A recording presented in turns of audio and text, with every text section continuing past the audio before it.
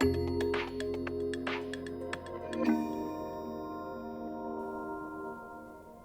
summer months are often weaker for stock markets. That's why some investors sell in May and go away and come back in September.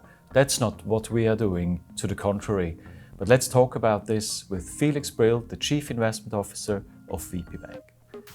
Felix, when I read your comment in our review in May, I get the impression that you don't like expectations of analysts and economists. Is that true? No, actually, quite the opposite. I like them very much, but you should not rely your investment decisions too much on these expectations. Expectations actually are the driving force for financial markets. So let's take last time you bought a stock, you had some expectations with regard to that. Why did you choose that stock and what price were you willing to pay, right? That's the nature of the game. Sometimes you're right, sometimes you're wrong.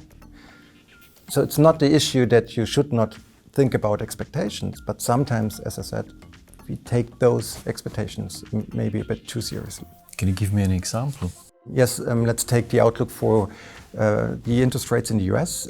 End of last year, expectations in markets were super high in the sense that the Fed is going to cut rates very soon, very aggressively, and now comes May. We haven't seen a cut yet. It doesn't look like the Fed is cutting rates anytime soon. Markets now expect the first rate cut maybe in September, maybe in December. So it's quite a difference compared to last year. And that is the issue. If you had relied very much on that forecast to come true, that the Fed, let's say, cuts rates in March, then you would have had an issue this year. So it's always very important to, yes, look at these expectations, but don't rely too much on them. And what are the consequences if the interest rates in the US stay at an elevated level for a longer time than expected? Typically, there are two sides to the same story. And on the one hand side, it's not the best news for equity markets because it has a negative impact on the valuation. Financing costs are higher for companies and so on and so forth. That's the negative part. The positive part is that for an investor, it means you get quite a decent yield on your money market investments, so that is good.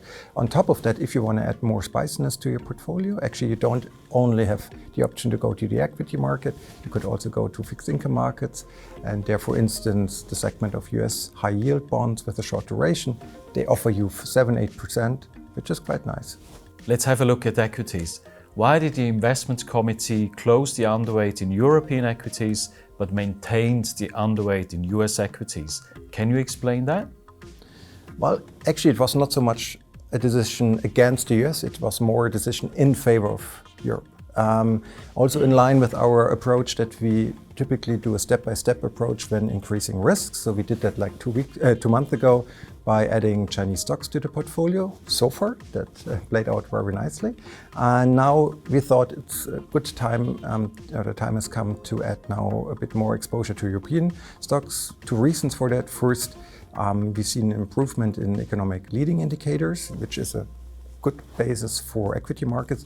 And the second reason is that if you look at valuations, of course, they have increased somewhat based on the good performance over the last 6 months of European stocks, but they are not too stretched yet. They look better, cheaper compared to the US, for instance, but they look also not too stretched if you compare to their own history. So we think two compelling reasons to add European equities to the portfolio. Thank you, Felix. And that concludes our review of the questions. I hope you will join us next time again. Goodbye.